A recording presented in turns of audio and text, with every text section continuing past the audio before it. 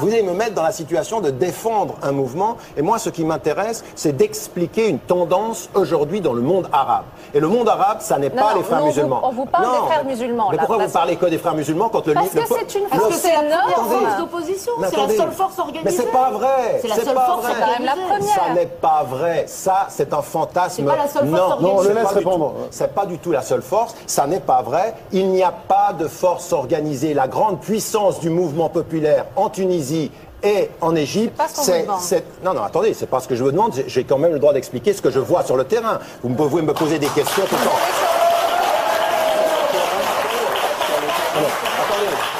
Non, mais attendez, s'il vous plaît. Sur le terrain en Égypte, on le laisse répondre.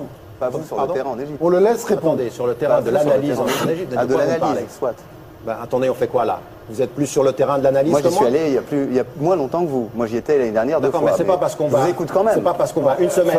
C'est pas parce qu'on va une semaine en Égypte qu'on a compris les tendances historiques. Fabrice, on le laisse. Tariq Ramadan, vous êtes toujours avec nous. C'est Paul Quilès qui a un petit mot à vous dire à présent, ancien ministre de la Défense. Oui, je vous ai entendu dire que vous souhaitiez parler à des gens honnêtes et honnêtement. Je vous ai écouté et j'ai un sentiment curieux. J'ai l'impression que ce qui vient de se passer, pour lequel vous avez tout à fait raison de poser des questions, je m'en pose moi aussi, j'ai l'impression que vous avez une certaine déception dans votre voix. Je vous ai bien regardé, je vous ai bien écouté. Et dans le même temps, vous dites, et là je suis un petit peu choqué, il aurait fallu faire un procès, le prendre, lui faire un procès, l'écouter, écouter ce qu'il a à dire. Alors moi j'ai une question à vous poser. Est-ce que vous l'avez entendu?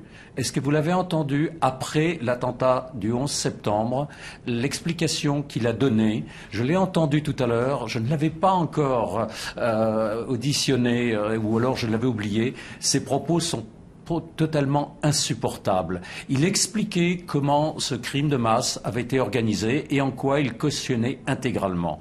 Donc j'aimerais savoir ce que vous pensez de ces propos. Je sais à peu près ce que vous allez répondre. Vous allez répondre à côté peut-être, mais en tout cas essayez s'il vous plaît de répondre directement à ma question. J'aurai du mal. Tariq Ramadan. Monsieur, comment se fait-il que vous me posiez des questions et que vous soupçonnez avant que j'y réponde, que je vais y répondre à côté, si ce n'est que vous ayez déjà décidé de ma mauvaise intention? Donc je vais y répondre directement, monsieur. Il n'y a aucune ombre de déception, monsieur, dans la réponse que j'ai eue. Ne confondez pas vos impressions avec la substance de mes réponses. Et la substance de mes réponses, elle est extrêmement claire, monsieur. La semaine qui a suivi, le 11 septembre, j'étais à New York et j'ai condamné, monsieur. J'ai condamné de la façon la plus claire, et les propos qui ont été rapportés par audio interposé, par ce qui a été dit par Ben Laden et son porte-parole Ayman el-Zawahri ont été condamnés de la façon la plus ferme, monsieur. Et là-dessus, vous ne verrez pas l'once d'une déviation. Ma réponse, elle est directe, elle est claire et il n'y a aucune déception là-dessus. Mais monsieur, j'aimerais vous dire une chose. Quand quelqu'un est responsable de la mort de civils et qu'on peut essayer de faire en sorte de l'arrêter et de le questionner devant l'histoire, eh ben je veux l'entendre, parce que je ne me réjouis pas, monsieur, de l'assassinat d'un homme, fût-il le pire des hommes. Je préfère que la justice soit faite et qu'il rende compte devant les hommes de ce qu'il a à dire. Et si ceci vous choque, monsieur, j'aimerais dire de la même façon que j'aimerais entendre, et devant un procès et devant un tribunal, monsieur Bush répondre aussi des actes des civils irakiens. Et ne me dites pas que je mets sur le même plan les actes terroristes et les actes de tuer les civils qui ont été faits par Ben Laden, que j'ai condamné, mais je dis très clairement que je ne suis pas de ceux qui se réjouissent quand on tue un homme, que je suis de ceux qui ont envie d'entendre et de questionner et de rendre justice devant les hommes. Si ma réponse n'est pas claire, posez-moi une seconde question, je serai encore plus clair si vous le voulez. Merci beaucoup Tariq Ramadan, on voulait votre point de vue, il est on ne peut plus clair, on l'a eu ce soir, merci d'avoir été en direct avec nous. Paul Quilès, vous avez votre réponse. Comme en Europe. Oui, donc il faut militer pour des lieux où c'est sain, où on pourra aller à la piscine en respectant nos principes éthiques. Mais exactement, laissez-moi terminer mon interprétation, parce que c'est effectivement ce que je dis. Mais si vous alliez jusqu'au bout de mon raisonnement, quand vous savez quels sont les préceptes de l'islam, et quand vous savez que ma méthode, elle est toujours de rappeler les préceptes et d'aller vers une orientation de leur interprétation, est-ce que je ne veux pas que les femmes fassent du sport, aillent à la piscine et aient une vie sociale? Non, c'est le contraire. Elles peuvent aller à la piscine mixte? Non mais attendez, elles peuvent aller c'est pas à vous de décider. C'est pas à vous de décider. Est-ce que des femmes françaises peuvent aller dans une piscine mixte? Une femme française qui... Laissez-moi terminer. Parce que si vous ne pouvez pas m'entendre dans ma réponse, ça ne sert à rien de poser les questions. Donc là, ma réponse, elle est claire. Toute femme, musulmane ou non, qui veut aller dans une piscine mixte, elle peut y aller, elle y va. Une femme qui ne veut pas y aller, vous allez le lui imposer. Une femme qui mais laissez-moi, je parle à qui, moi? Je parle à Jules de chez Schmitt d'en face? Je parle à des musulmans dans une mosquée. Et dans des musulmans dans une mosquée, ils ont une morale. Est-ce que je dis aux hommes, s'il vous plaît... Non, mais vous avez une morale, vous aussi, mais elle n'est pas la même que la mienne. Laissez les gens avoir leur morale. Vous voulez que les gens soient libres à votre façon. Vous allez donc imposer, pour montrer qu'on est libéraux, qu'on aille tous à la piscine. Aujourd'hui, des femmes qui ne sont pas musulmanes, qui ne pratiquent aucune religion, elles vont dans des fitness où il n'y a que des femmes, parce qu'elles n'aiment pas le regard des hommes. Il y a des femmes aujourd'hui qui vont dans des piscines où il peut y avoir que... Et vous ne vous êtes jamais révolté pendant 20 ans, 30 ans contre les piscines, des heures pour les piscines des femmes juives. Pourquoi vous ne vous êtes jamais... Pourquoi vous... Non, je ne vous ai jamais entendu clairement. Non, attendez, je l'ai dit, mais vous êtes... Attendez, vous l'avez écrit, vous êtes insurgé contre ce qui a pu se passer dans certaines villes. Non, vous êtes... Attendez, oui, vous êtes insurgé contre ce qui s'est passé dans les piscines, 1 heure de nudistes dans certaines piscines. Pourquoi? Quand on n'étais pas au courant. Ah, vous n'étiez pas au courant? Vous parlez beaucoup, mais j'aimerais bien répondre. Dans Être musulman européen... Laissez-lui finir sa phrase, je vous donne la parole tout de suite après. Dans plusieurs de ses ouvrages, il présente le réformisme libéral comme une forme d'assimilation et d'occidentalisation. Les musulmans laïcs, pour lui, sont des musulmans sans l'islam. Et je ne parlais pas d'Ayaan Hirsi Ali, je parle de musulmans comme Leila Babès, comme d'autres, des musulmans qui ont tout simplement une conception de la laïcité. Il y a même des fondamentalistes. Il y a même des fondamentalistes comme Tarek Oubrou, qui ont une vision de la charia de la minorité beaucoup plus compatible avec la laïcité que Tariq Ramadan qui s'y oppose. Vous récupérez, monsieur... Je ne récupère pas, mais je note qu'il y a une différence entre vos deux.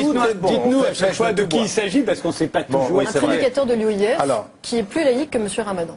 D'accord. Bon, moi, encore une fois, c'est vous qui déterminez du haut de votre grandeur qui est laïque ou pas, mais du haut de ma petitesse, parce que ce qui est tout à fait sidérant quand même, c'est que dans votre livre, on le lit, Tariq Ramadan est un mauvais théologien, c'est un penseur de seconde zone. Vous me dites, si, les études de théologie, je les ai faites, mais ça, vous le savez pas. Sur la Leicester Foundation, c'est pas vraiment une référence. Non, mais oui, mais mes études en Égypte, vous n'en savez rien. Un campus qui a mené campagne contre Salman Rushdie, où les allées s'appellent Maududi et Koch, ce que je vous dis maintenant, s'il vous plaît. Non, je vais vous dire une chose. Je vais vous dire une chose.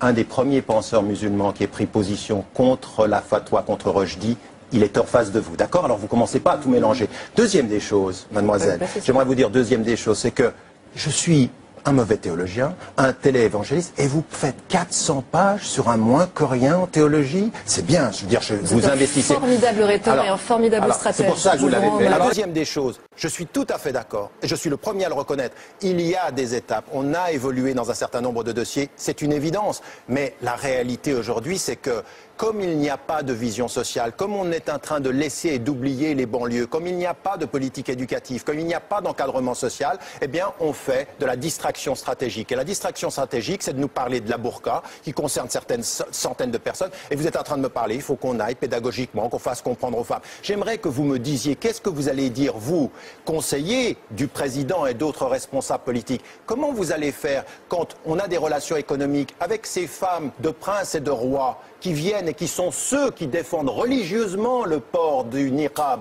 Vous allez leur dire quoi quand ils vont descendre de l'avion en France? Qu'il faudra une loi d'exception pour elles? Comment vous allez le faire? Parce que c'est de l'hypocrisie, ceci. Vous savez très bien que c'est de l'hypocrisie. Vous avez, comme moi, certainement pris des avions qui vont d'Arabie Saoudite en France, et vous voyez les femmes qui vont dans les toilettes souvent enlever leur voile et mettre leurs bijoux Chanel pour arriver sur le sol français. Moi, je vous parle des femmes de princes et de rois. Mais je vous parle de femmes. Il y a aussi des femmes de princes et de rois. Bon, oui, mais ça, vous n'allez pas confondre notre identité culturelle, historique et la raison d'État. Vous savez, la raison d'État, ça consiste à faire des tas de concessions. Mais oui, mais bien sûr, la raison d'État. Mais non, la raison d'État, c'est pas l'argent. Dites quand on aura de l'argent, le burqa ou pas, avec de l'argent, ça passera. Non, pardon, elles ne vivent pas en France, elles ne vont pas à la sécurité sociale. Elles ont de l'argent qui vous fera taire. Mais elles vont au crayon. Moi, je m'en fous de la burqa au crayon. La burqa, la sécurité sociale. Elle ne vous gênera pas, la burqa, avec des millions de dollars. Vous le savez. Monsieur Minck, je vous connais, des millions de dollars, burqa ou pas, ça passe. Pour lui dire en des termes simples qu'il sache qu'il y a des députés et membres de cette mission qui ne souhaitaient pas vous auditionner. Et je voudrais vous dire en quelques mots simples et aussi courtois que possible pourquoi. Tout simplement parce que la somme de vos doubles discours, qu'elle faisait allusion gentiment, Éric Raoult à l'instant, de contre-vérité, de falsification et de manipulation, est telle que votre crédibilité en France et en Europe, je pense, est très sérieusement en perte de vitesse. et qu'il y a de moins en moins de gens pour vous accorder quelques crédits intellectuels, que ce soit votre seul talent, s'il y en a un, est effectivement d'enrober d'un discours enjôleur des points qui sont positions plus fondamentalistes et plus inacceptables. Tout à l'heure, de vous entendre parler de laïcité en des termes bien loin de la tradition républicaine, et surtout dans votre discours, l'absence totale de référence à l'égalité entre les hommes et les femmes et les droits de la femme m'ont confirmé dans cette conviction. Et je crois que je le dis ici devant la mission, je l'ai dit au président, que vous recevoir aujourd'hui, c'est vous donner une respectabilité et une tribune que vous ne méritiez pas de mon point de vue. Alors je me suis demandé pourquoi certains d'entre nous, dont je ne sais d'ailleurs pas s'ils sont majoritaires dans cette mission, ont fait le choix de vous auditionner.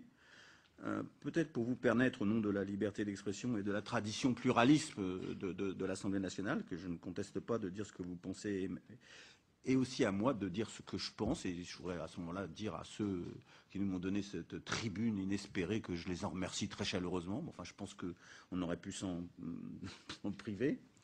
J'ai aussi bien entendu compris qu'un tel exercice avait des vertus médiatiques, comment dire, incontournables et exceptionnelles. Il n'y a qu'à voir l'assistance de journalistes aujourd'hui, qui est telle que c'est presque une insulte aux quelques journalistes qui suivent avec méticulosité nos travaux semaine après semaine. Aujourd'hui, on voit bien que nous sommes non pas dans le travail méticuleux et studieux d'une mission parlementaire, mais dans le showbiz. Et je le dis franchement, je le regrette. Je le regrette. Mais je crois aussi avoir compris in fine la raison de votre présence ici. Vous êtes un prédicateur suisse. Et je me suis demandé pourquoi un Parlement français devait recevoir et écouter un prédicateur suisse. Et c'est sans doute qu'on a compris ces dernières semaines que la lumière venait de Suisse. De la situation judiciaire d'un cinéaste, Hagstatt, qui a provoqué des réactions irrationnelles en France, en passant par la votation citoyenne sur les minarets. L'exemple suisse et ses conséquences ici nous montrent, en tout cas j'en suis convaincu, que la démocratie française est bien malade. Je suis un peu, enfin pas vraiment, surpris de votre intervention, mais vous déterminez, monsieur, le fait que je viens de Suisse, que la lumière vient de Suisse. J'ai été invité avant le vote de dimanche, donc la lumière s'est faite après, si c'est cette lumière que vous perceviez. Et de dire la falsification de mes citations, j'aimerais bien savoir, monsieur, au bout du compte, combien de mes ouvrages vous avez lus et combien de mes interventions vous avez suivies. Monsieur, celui qui est en face de vous aujourd'hui n'est pas un prédicateur islamiste suisse. C'est un professeur d'université à Oxford, dont les livres sont étudiés dans 80 universités américaines, monsieur, 80 universités américaines, mais monsieur, qui depuis les 8 dernières années a été interdit de parole dans toutes les universités françaises. Posez-vous la question de savoir où est la liberté d'expression, cher monsieur, plutôt que de me dire que j'ai un double discours, qui depuis les 8 dernières années a été interdit de parole dans toutes les universités françaises. Posez-vous la question de savoir où est la liberté d'expression, cher monsieur, plutôt que de me dire que j'ai un double discours. Il faudrait savoir si la France est en train de perdre ses valeurs d'ouverture dans le débat critique. Et votre façon de réagir à mon intervention n'est pas du tout une façon de réagir à un débat critique, c'est un jugement sur la personne et non pas un débat et une confrontation sur les idées. Donc je réponds, cher monsieur, à votre intervention que j'espère, non, que la lumière, cette dernière lumière ne viendra pas de Suisse, qu'il y aura vraiment un véritable réveil. Vous savez ce que j'espère pour la France, monsieur, parce qu'on m'a posé la question de savoir un jour si j'aimais la France. J'aime la France de sa tradition et de ses valeurs quand elle est en cohérence avec elle-même, mais non pas pour un discours qui trahit ses valeurs au nom de simplifications comme celle que je viens d'entendre. Votre jugement sur la personne m'impose de ne même pas vous répondre. Juste une question. Est-ce qu'il est bien écrit dans la charte fondatrice des frères musulmans que le Coran est notre constitution, le djihad notre voie et le martyr notre espérance? C'est le slogan voilà, qui a été constitué. Non mais attendez, c'était pour être bien sûr. Monsieur, une seconde. Est-ce qu'il n'est pas dit dans l'hymne national français qu'un sang impur va se répandre dans nos sillons? Mais qu'est-ce que vous dites? Est-ce que vous avez réduit la France à ça? Est-ce que ne réduisez pas une organisation à des slogans, même s'il faut? Et vous avez raison.